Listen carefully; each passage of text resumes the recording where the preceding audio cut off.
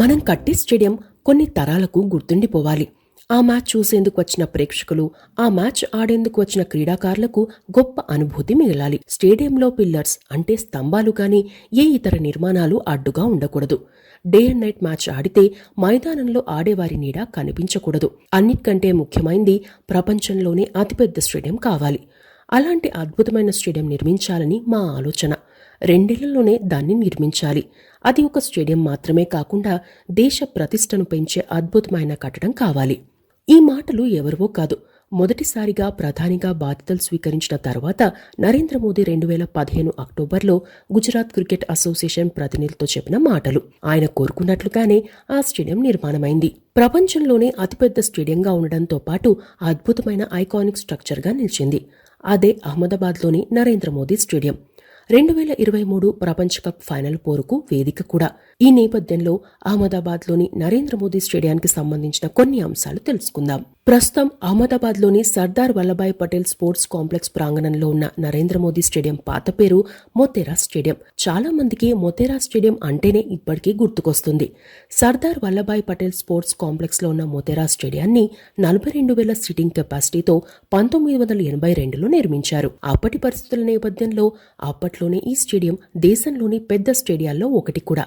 అప్పటికే Ahmedabad municipal corporation ఆధ్వర్యంలో నవరంగపుర ఏరియాలో సర్దార్ వల్లభాయ్ పటేల్ పేరుతో ఓ స్టేడియం ఉండేది. అయితే అంతర్జాతీయ మ్యాచ్లు ఆడేందుకు మరో స్టేడియం నిర్మించాలనే ఉద్దేశంతో గుజరాత్ ప్రభుత్వం సబర్మతి తీర ప్రాంతంలో దాదాపు 100 ఎకరాలను కేటాయించింది. కేవలం 9 నెలల్లోనే కొత్త స్టేడియాన్ని నిర్మించారు. అప్పట్లో టాటా సహకారంతో దీన్ని పూర్తి చేశారు. 1984-85 సీజన్లో భారత్ ఆస్ట్రేలియా సిరీస్లో భాగంగా ఫస్ట్ వన్డే ఇక్కడే జరిగింది. ఈ మ్యాచ్లో భారత్ ఓడిపోయింది. స్టేడియంలో పలు టెస్ట్ మ్యాచ్లు, వన్డేలు, టీ20లు జరిగాయి. అయితే స్టేడియం నిర్మించి చాలా కాలమైన నేపథ్యంలో ఆధునిక సౌకర్యాలతో 2006లో రెనోవేషన్ చేశారు. 42,000 సీటింగ్ సామర్థ్యాన్ని 54,000కు పెంచారు. 2011 ప్రపంచ కప్లో భాగంగా క్వార్టర్ ఫైనల్ మ్యాచ్తో కలిపి 3 మ్యాచ్లు ఇక్కడ జరిగాయి. అలా 2015 వరకు ఇది కంటిన్యూ అయింది. అయితే నరేంద్ర మోదీ గుజరాత్ సీఎంగా ఉన్న సమయంలోనే ఈ స్టేడియాన్ని ఆధునీకరించాలనే ప్రతిపాదన వచ్చినా సాకారం కాలేదు. ఇక నరేంద్ర మోదీ ప్రధాని అయ్యాక మరోసారి ఆ ప్రతిపాదన వచ్చింది.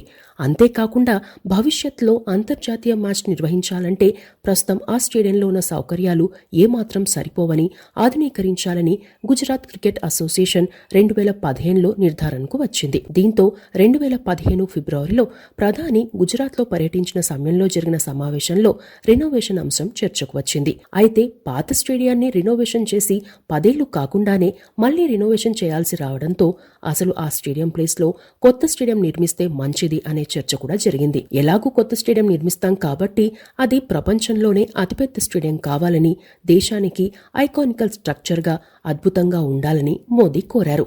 దీంతో కొత్త స్టేడియం నిర్మాణానికి గుజరాత్ క్రికెట్ అసోసియేషన్ సిద్ధమైంది. అలా 2015లో మొతేరా స్టేడియం స్థానంలో కొత్త స్టేడియం నిర్మాణానికి టెండర్లు పిలిచారు. ఆ టెండర్లలో అంతర్జాతీయ సంస్థలు పాల్గొన్నాయి. మొత్తం 9 సంస్థలు టెక్నికల్ బిడ్, ఫైనాన్షియల్ బిడ్లను దాఖలు చేశాయి. అందులో ఎల్ఎన్టీ సంస్థ 677.19 కోట్లకు టెండర్ దాఖలు చేయగా, షాపూర్జీ పల్లోంజీ 847 కోట్లకు, నాగార్జున కన్స్ట్రక్షన్స్ కంపెనీ 1,065 కోట్లకు టెండర్ దాఖలు చేశాయి. టెండర్ల పరిశీలనకు 9 మందితో టెండర్ కమర్షియల్ కమిటీని, ముంబైకి చెందిన ఇంజనీరింగ్ కన్సల్టెన్సీని ప్రాజెక్ట్ మేనేజ్మెంట్ కమిటీలోకి తీసుకున్న గుజరాత్ క్రికెట్ అసోసియేషన్ ఆ టెండర్లను పరిశీలించింది. లోయెస్ట్ బిడ్ దాఖలు చేసిన ఎల్ఎన్టీకి ఈ టెండర్ దక్కింది. ఎల్ఎన్టీ లోయెస్ట్ బిడ్ దాఖలు చేయడమే కాకుండా టెక్నికల్ టెండర్లో కూడా ఫస్ట్ ప్లేస్లో నిలిచింది. దీంతో ఎల్ఎన్టీకి ఈ టెండర్ ఓకే అయింది. 2016 డిసెంబర్కు టెండర్లు పూర్తయ్యాయి. ఇక 2017 జనవరిలో గుజరాత్ క్రికెట్ అసోసియేషన్ పర్యవేక్షణలో ఈ పనులు ప్రారంభమయ్యాయి. అంతర్జాతీయంగా పలు నిర్మాణాలు చేపట్టిన అనుభవం ఉన్న ఎల్ఎన్టీ మన దగ్గర హైదరాబాద్ మెట్రో రైల్, హైటెక్ సిటీ నిర్మించింది. స్టాచ్యూ ఆఫ్ లిబర్టీ లాంటి ప్రతిష్టాత్మక నిర్మాణాల్లో భాగస్వామి కాగా మన దేశంలో స్టాచ్యూ ఆఫ్ యూనిటీ పనులు కూడా చేపట్టింది ఆ కంపెనీ. అంత అనుభవం ఉన్న ఈ స్టేడియం నిర్మాణం చాలా సవాళ్లతో కూడుకున్నది కావడంతో రీసెర్చ్ అండ్ డెవలప్మెంట్కి, డిజైన్కి ఎల్ఎన్టీ ఎక్కువగా ప్రాధాన్యమిచ్చింది. ఒక్క మాటలో చెప్పాలంటే నిర్మాణం కోసం పట్టే సమయం కంటే కూడా ప్లానింగ్, డిజైన్, టెస్టింగ్లకే సగం టైం కేటాయించాల్సి వచ్చింది. ఎందుకంటే నార్మల్ స్టేడియం నిర్మాణం వేరు, ఈ స్టేడియం నిర్మాణం వేరు. అందులో 6 ప్రధానమైన సవాళ్లున్నాయి. అందులో మొదటిది అహ్మదాబాద్ భూకంపం జోన్ జాబితాలో ఉంది. అవి తట్టుకునేలా నిర్మాణం జరగాలి. రెండవది స్టేడియంలో ప్రేక్షకులకు పిల్లర్స్ కానీ ఎలాంటి నిర్మాణాలు అడ్డుగా ఉండకూడదు. మూడవది ఎండ, చలి, వేడిగాలులు లేదా చలిగాలులు లోపలికి ఎక్కువగా రాకూడదు. నాలుగోది స్టేడియంలో ఫ్లడ్ లైట్ల షాడో ప్లేయర్స్ పై పడకూడదు. ఐదోది ఈ స్టేడియం పక్కనే ఉన్న ఆలయంలో నిత్యం పూజలు జరుగుతుంటాయి. ఆ సౌండ్ లోపలికి రాకూడదు.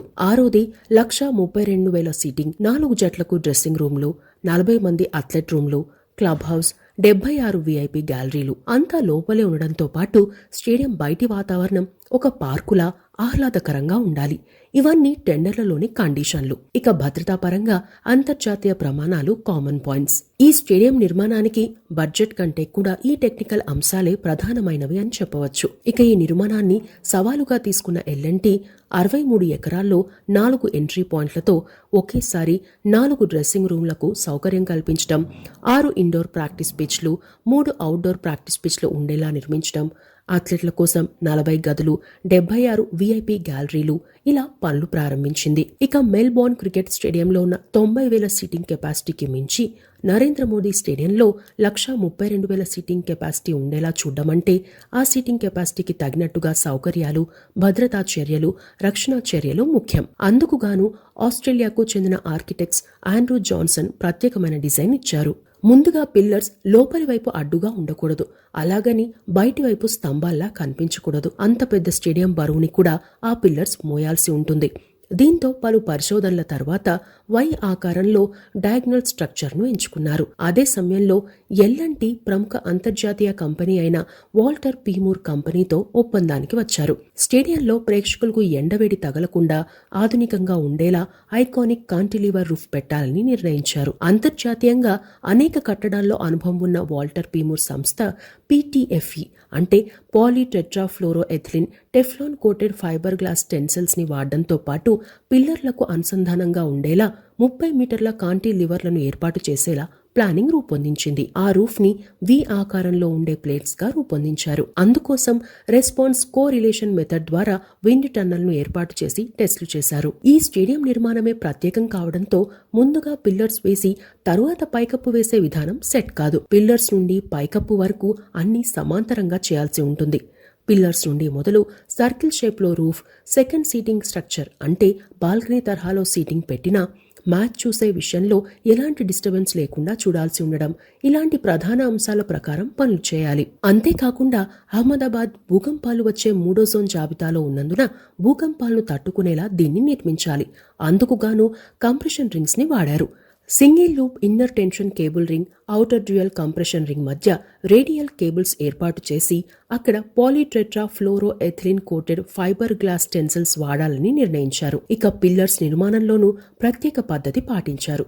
ప్రత్యేక సిమెంట్ ని వినియోగించారు. అదే సమయంలో మన దేశంలో ఎలాంటి ప్రధానమైన నిర్మాణం జరిగినా అందులో ఒక కంపెనీ ఖచ్చితంగా భాగస్వామిగా ఉంటుంది. అదే టాటా కంపెనీ. ఆ కంపెనీ నుండి టిస్కాన్ ఐరన్ బార్స్ వచ్చాయి.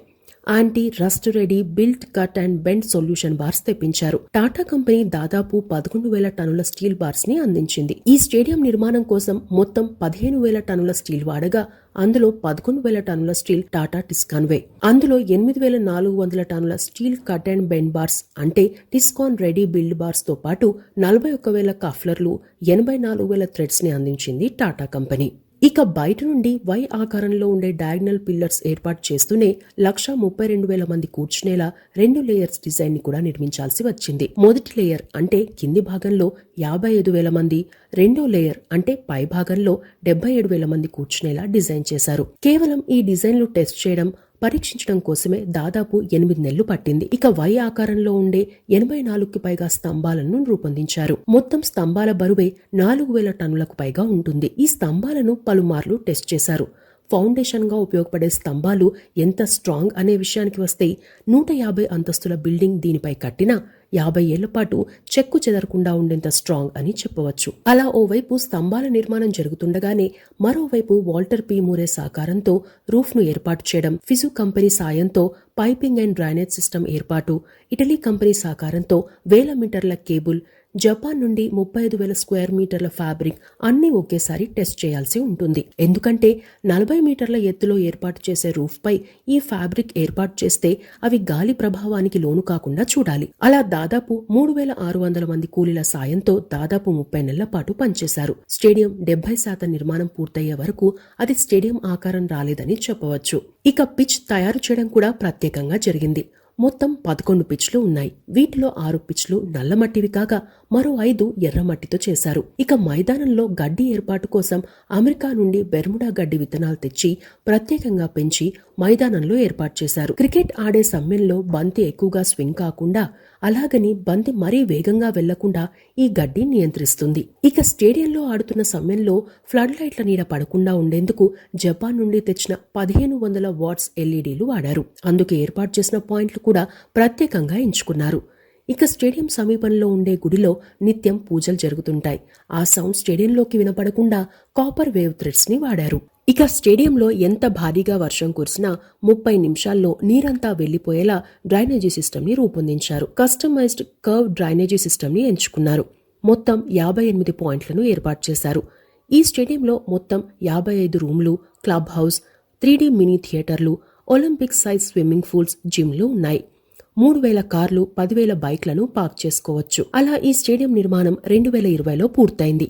ఆ టైంలో నమస్తే ట్రంప్ కార్యక్రమం కూడా ఇక్కడే జరిగింది. 2021 ఫిబ్రవరి 24న అప్పటి రాష్ట్రపతి రామ్నాథ్ కోవింద్ వర్చువల్ విధానం ద్వారా ఈ స్టేడియాన్ని ప్రారంభించారు. సర్దార్ వల్లభాయ్ పటేల్ స్పోర్ట్స్ కాంప్లెక్స్ లో ఉన్న ఈ నరేంద్ర మోదీ స్టేడియం ప్రస్తుతం ప్రపంచంలోనే అతిపెద్ద స్టేడియం. ఇక ఈ స్టేడియంలో మొత్తం 30 అంతర్జాతీయ వన్డేలు జరిగాయి. 1986-87లో పాకిస్తాన్తో జరిగిన మ్యాచ్లో సునీల్ గవాస్కర్ టెస్టుల్లో 10,000 పరుగులు పూర్తి చేసి అప్పట్లో టెస్టుల్లో అత్యధిక పరుగులు పూర్తి చేసిన ఆటగాడిగా చరిత్రకెక్కాడు. 1994 ఫిబ్రవరిలో కపిల్ దేవ్ 432 వికెట్లు పడగొట్టి అప్పటి వరకు సర్ రిచర్డ్ పేరిట ఉన్న రికార్డును బద్దలు కొట్టి టెస్టు క్రికెట్లో అత్యధిక వికెట్లు తీసిన ఆటగాడిగా పేరొందాడు. 1994 ఫిబ్రవరి 8వ తేదీన శ్రీలంకతో జరిగిన మ్యాచ్లో భారత బౌలర్ సాగి లక్ష్మీ వెంకటపతిరాజు అద్భుత ప్రదర్శనతో 11 వికెట్లు పడగొట్టాడు. 2006లో ఐసీసీ ఛాంపియన్స్ ట్రోఫీ మ్యాచ్ కూడా ఇక్కడ జరిగింది. 2008లో